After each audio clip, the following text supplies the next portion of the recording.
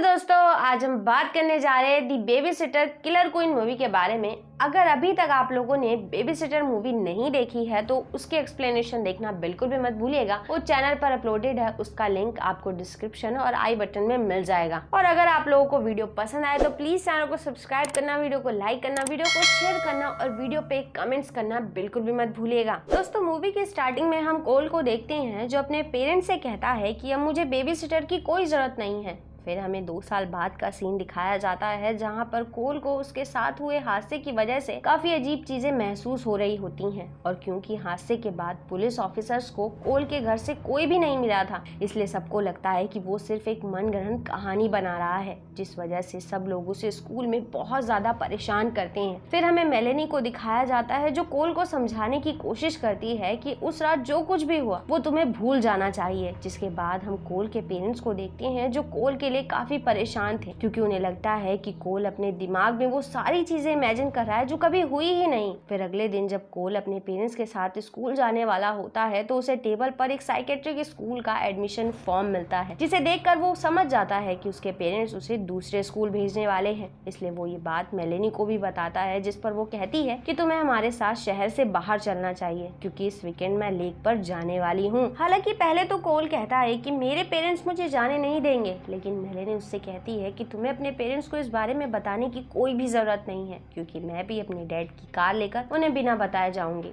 इस दौरान कोल मेलेनी से स्कूल में आई एक नई लड़की के बारे में पूछता है तो वो कहती है कि सबका ऐसा मानना है कि उस लड़की ने अपने पेरेंट्स को मार दिया है। फिर लंच टाइम में कोल मेलेनी के साथ जाने के लिए तैयार हो जाता है। इस दौरान हम देखते हैं कि मेलेनी के साथ उसका बॉयफ्रेंड जिमी और उसके दोस्त भी जा रहे थे। वहीं हमें कोल के पेरेंट्स को भी दिखाया जाता है जो मेलेनी के डैड जुआन के पास पहुंचते हैं और उससे अपने बेटे के बारे में पूछते हैं, लेकिन उसे भी इस बारे में कोई भी जानकारी नहीं थी। फिर जब कोल लेक पर पहुंचता है तो उसे पता चलता है कि उसके फोन में नेटवर्क नहीं है। तभी उसके पास मेलेनी आती है और अपने साथ बोट पर चलने के लिए कहती है। हालांकि पहले तो कोल वहां जाने के लिए मना कर देता है और कहता है कि मैं तुम्हारे बाकी दोस्तों की तरह नॉर्मल नहीं हूँ, लेकिन जब मेलेनी उसे समझाती है तो वो उनके साथ जाने के लिए कन्विंस हो जाता है। नेक्स्ट सीन में जब मेलेनी और कोल बाकी दोस्तों के साथ गेम खेल रहे होते हैं तो डियागो कोल से उसके बीते हुए पास्ट के बारे में पूछने लगता है। हालांकि कोल उसे इस बारे में बात करने से मना करता है। उसी समय मेलेनी भी डियागो को मना करती है कि कोल यहाँ पर सिर्फ अपना ध्यान भटकाने के लिए आया है, ना कि किसी ब्लड कल्ट या शैतानी किताब के बारे में बात करने। शैतानी किताब की बात सुनकर कोल काफी हैरान होता है, क्योंकि उसने कभी भी शैतानी किताब के बारे में किसी को भी कुछ नहीं बताया था। इसलिए वो मेलेनी से इस बारे में पूछने लगता है। हालांकि पहले तो मेलेनी बहाना बनाने की कोशिश करती है, लेकिन जब वो समझ जाती है कि कोल को उस पर शक हो गया है तभी वो एक हुक उठाकर बूम बूम पर अटैक कर देती है, जिसे देखकर कोल पूरी तरह से बौखला जाता है, क्योंकि मेलेनी उसे बताती है कि मैंने भी अपनी विश पूरी करने के लिए उस बुक में साइन किया था। और यहाँ पर हमें पता चलता है कि वो एक इनोसेंट के रूप में कोल का ब्लड चाहते थे, इसलिए वो उसे यहाँ तक लेकर आए हैं, क्योंकि वो कोल के ब्लड के साथ बूम बूम का ब्लड मिलाकर उससे रिचुअल करने वाले हैं। फिर जब कोल वहाँ से भागने की कोशिश करता है तो अचानक से उसके सामने मैक्स आ जाता है, जिसे देखकर कोल बहुत ही बुरी तरह से घबरा जाता है। फिर धीरे धीरे कमरे में वो सभी लोग आ जाते हैं जिन्हें कोल ने अपनी आंखों के सामने मरते हुए देखा था। हालांकि यहाँ पर मैक्स बताता है कि अगर सुबह होने तक उन्होंने रिचुअल पूरा नहीं किया तो वो सभी 2 साल के लिए फिर से मर जाएंगे और उनकी आत्मा भटकने लगेगी। फिर जब सभी लोग कोल को मारने के लिए उसे चारों तरफ से घेर लेते हैं तभी दरवाजे पर फोबी आ जाती है, जिसे देखकर कोल कहता है कि मुझे पता था तुम भी इन सब चीजों में मिली हुई हो,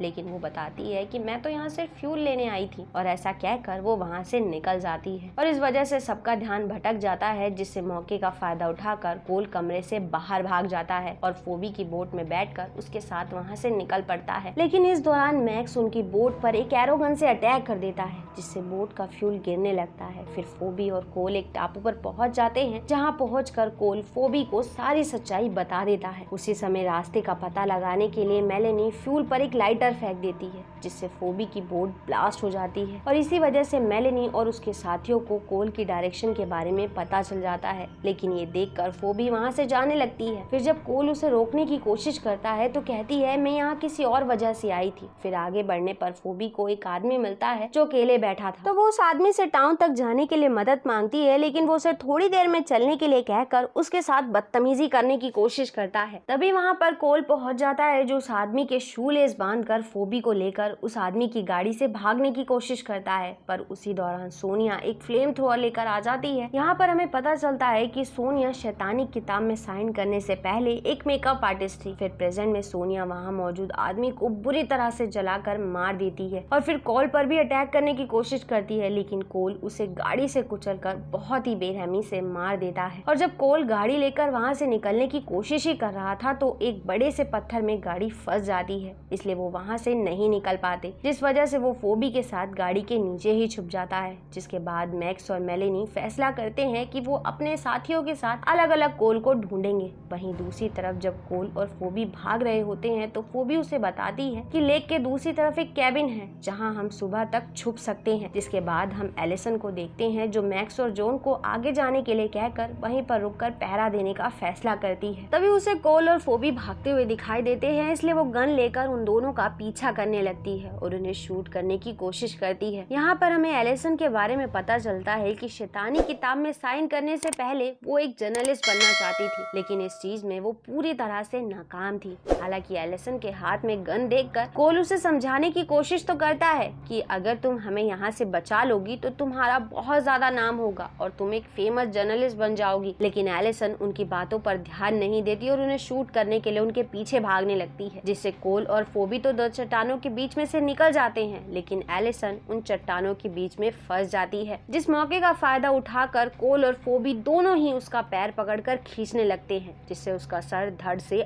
अलग हो जाता है। अभी वहाँ पर मैक्स आ जाता है जो एक कुल्हाड़ी से कोल पर अटैक करने की कोशिश करता है, इसलिए फोबी उसे एलिसन की गन से शूट करने की धमकी देती है, लेकिन उसमें गोलियां नहीं होती। इससे वो दोनों मैक्स का सामना करते हुए उसे धोखा देकर वहाँ से भागते हुए एक बोट में पहुँचते हैं। हालांकि उस बोट का ओनर उन्हें रोकने की कोशिश तो करता है, लेकिन मैक्स उस आदमी को बेरहमी से मार देता है। फिर हमें पता चलता है कि बुक में साइन करने से पहले मैक्स चाहता था कि वो बिना वजह ही लोगों को मार सके, और जब तक मैक्स कोल तक पहुंच पाता वो किसी तरह से बोट स्टार्ट कर लेता है, लेकिन मैक्स पीछे लगी हुई ट्यूब में लटक जाता है और रस्सी खींचते हुए उनकी बोट तक पहुंच जाता है। इस दौरान फोबी उसके चेहरे पर आग लगाकर उसे पानी में गिरा देती है, जिससे कोल बोट की मोटर ऑन कर देता है, जिसमें रस्सी फंस जाती है और देखते ही देखते मैक्स बहुत ही बुरी तरह से मारा जाता है। ये सब देखकर जिमी और उसका दोस्त बहुत ज्यादा डर जाते हैं और गेम छोड़ने का फैसला करते हैं, जिसकी वजह से वो दोनों ही वहीं पर ब्लास्ट हो जाते हैं। ये देखकर जॉन कहता है कि मैं इस गेम को छोड़कर कहीं नहीं जाने वाला हूँ। यहाँ पर मेलेनी सैटेलाइट फोन की हेल्प से कोल के डैड को फोन करके बताती है कि हम लेक पर आए थे, लेकिन अब हमने ज्यादा ड्रिंक कर ली है, क्या आप हमें लेने आ सकते हैं? जिस चीज के लिए कोल के डैड तैयार हो जाते हैं। वहीं दूसरी तरफ हम कोल और फोबी को देखते हैं जो एक दूसरे के साथ काफी खुश दिखाई दे रहे थे, जिसके बाद वो दोनों फोबी के कैबिन में साथ पहुंच जाते हैं जो उसके पेरेंट्स का था। इधर मेलेनी जॉन के साथ उन दोनों का पीछा करते हुए कैबिन के बाहर पहुंच जाती है और फिर कहती है कि हम कोल के डैड के आने तक यहीं पर इंतजार करेंगे। वहीं हमें झलक दिखाई जाती है कि कोल के डैड भी अपनी गाड़ी लेकर जॉन के साथ घर से निकल चुके हैं। फिर फोबी कोल को अपना फेवरेट टेडी बियर दिखाती है और बताती है जब मैं 6 साल की थी तो मैंने इसे खो दिया था, लेकिन 2 दिन पहले मुझे ये मेरे लॉकर में मिला। साथ ही इसमें घर की चाबी और एक स्लिप भी थी जिसमें लिखा हुआ था कि आज रात सब खत्म हो जाएगा। जिसके बाद कोल और फोबी एक दूसरे के क्लोज आ जाते हैं।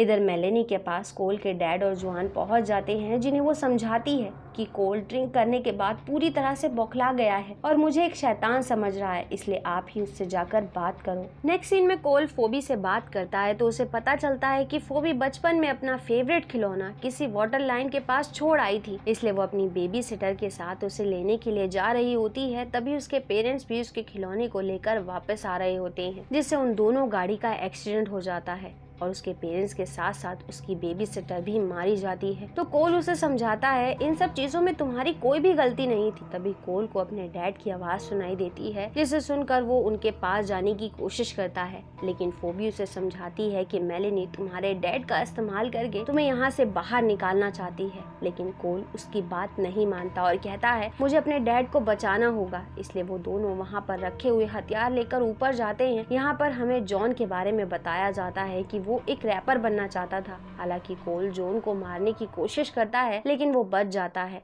और कोल पर पलटवार करने की कोशिश करता है, जिससे वहां पर लटक रहे झूमर की रस्सी कट जाती है और जॉन के ऊपर वो झूमर गिरने की वजह से वो बहुत ही बेरहमी से मारा जाता है। ये देखकर कोल के डैड बहुत ज्यादा घबरा जाते हैं, जिसके बाद कोल और फोबी वहां से भाग निकलते हैं। तभी जुआन मेलेनी को पकड़कर वापस से घर चलने के लिए कहता है, लेकिन वो अपने डैड के दोनों हाथ काट कर उसे बहुत ही बुरी तरह से मार देती है। इधर कोल फोबी को वहां से दूर भागने के लिए कहता है और खुद वहीं रुककर अपने डैड को समझाने की कोशिश करता है कि सब कुछ आप जो देख रहे हैं वो सब कुछ सच है, लेकिन उसके डैड मौका पाकर उसे इंजेक्शन लगाकर बेहोश कर देते हैं। फिर हम देखते हैं कि फोबी के पास मेलेनी पहुंच जाती है, जिससे उन दोनों में आपस में बहुत ही खतरनाक झड़प होती है और इस दौरान मेलेनी फोबी को बंदी बना लेती है। वहीं कोल को जब होश आता है तो अपने डैड को धोखा देकर उनकी गाड़ी लेकर वहां से भाग जाता है। फिर मेलेनी को कॉल करके फोबी के बारे में पूछता है तो वो उसे जगह की लोकेशन दे देती है जहाँ पर उसने फोबी को बंदी बना रखा था।